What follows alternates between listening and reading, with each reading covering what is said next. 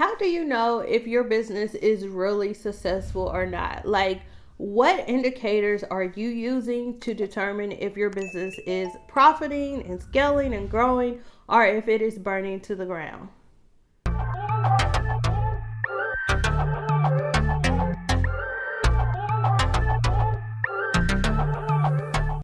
Hey friends, welcome back to my channel. I am Ebony Yvonne, your favorite business coach in these internet streets.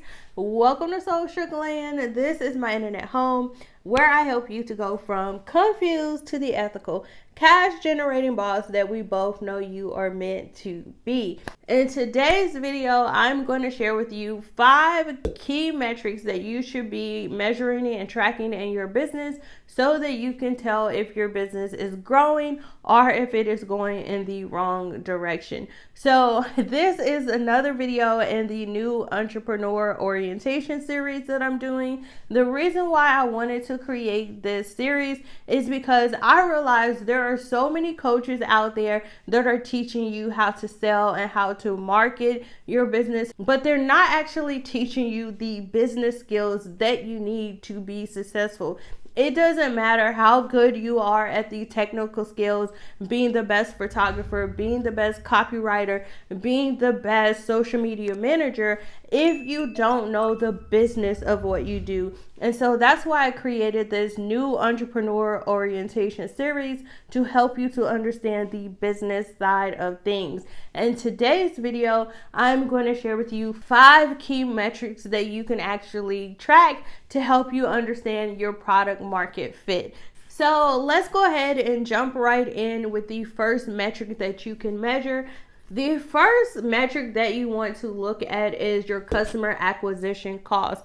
Some people refer to this as CAC or CAC for short, and this is basically the amount that it costs you for each new customer that you acquire into your business. Now, if you're someone who's big into paid advertisement, you run Facebook ads or Google ads, you may have heard your ads manager refer to your customer acquisition cost. And basically, a perfect example of this and why I stopped using Facebook ads a couple years ago is because I used to run Facebook ads all the time, and in order for me to get leads through Facebook ads, it would cost me anywhere between about 12 cents up to maybe 73 cents per each new customer that I acquire. And then after the whole ISO 14 update and more competition coming into the market and other internal external factors, then it actually increased my cost per acquiring a new customer from just being a few penny and cents on the dollars to upwards of $3, $7, sometimes $12 per new customer.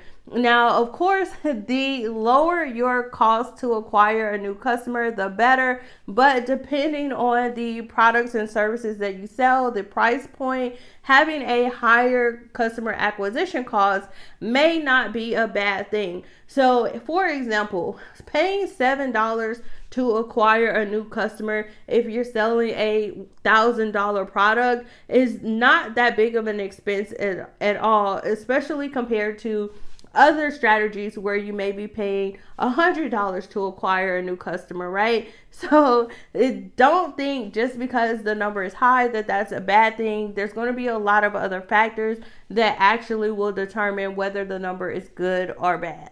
The next metric that you want to look at is your customer retention rate. And this is basically how long customers stick with you, how many customers are buying more and more of your products and services and are becoming repeat customers. And this is a very good metric to measure and track, especially if you are someone who offers a subscription service. Maybe you have a subscription box, or maybe you have a membership program, right? If you notice that people come into your membership and they're leaving before the first 30 days, let's say they pay once a month And at like week 2 or week 3, even day 7, the people are like, I don't want to be a part of this, and people are opting out, then you may want to look at if you're actually adding value and delivering quality products and services, you're meeting your customers' expectations. Because if you have a high turnover rate and people are leaving your subscription, leaving your membership in a short period of time, this is an indicator that you are definitely doing something wrong. So, of course, if you have a longer customer retention rate, then you know, okay, like this is really valuable. People are enjoying the membership, they're enjoying their subscriptions, and you know that you are on the right track. So if you have a monthly membership and people are staying for a year, 18 months, people are staying for years, then you know you are doing a good thing. But if you know people are leaving every single month after the first week, then you need to change something. The third metric that you want to track is your net promoter score. And people also refer to this as just NPS. And this is basically how likely people are to refer your business, your products and services to other people. So one thing that I always tell people will say consistency is king, content is king, marketing is king, XYZ is king. But what is really king is word of mouth, child. Listen, word of mouth is the best form of marketing that you can have for your business. Why do you think that Facebook recommendations is so popular? Like, people will get on Facebook and say, what dentist do you use, right? They can literally go Google dentist near me and find a dentist to go to, but no, they would rather go to Facebook and ask their friends. And that is because we value the opinions of others, especially people in our networks. And that is why so many big brands and companies leverage social media influencers and influencer marketing to get in front of new customers, because they know that for that social media influencer that they have influence over their audience, and because they recommend something, their audience is going to be more likely to buy. Next up, number 4 is going to be your customer life value, and this number basically represents for each single customer that comes into your business that buys your products and services, what is the revenue that you can expect to generate from that one customer. And so this is something that I talked about in my story time video, where I talked about applying the 80-20 rule to my business. And so basically what I did was I looked at the top 20% of clientele that I had and the products and services that they were buying. And I asked myself, how can I serve these people more, right, to help me to increase my revenue by another 80%? And so what I did was I reached out to those people and I asked them,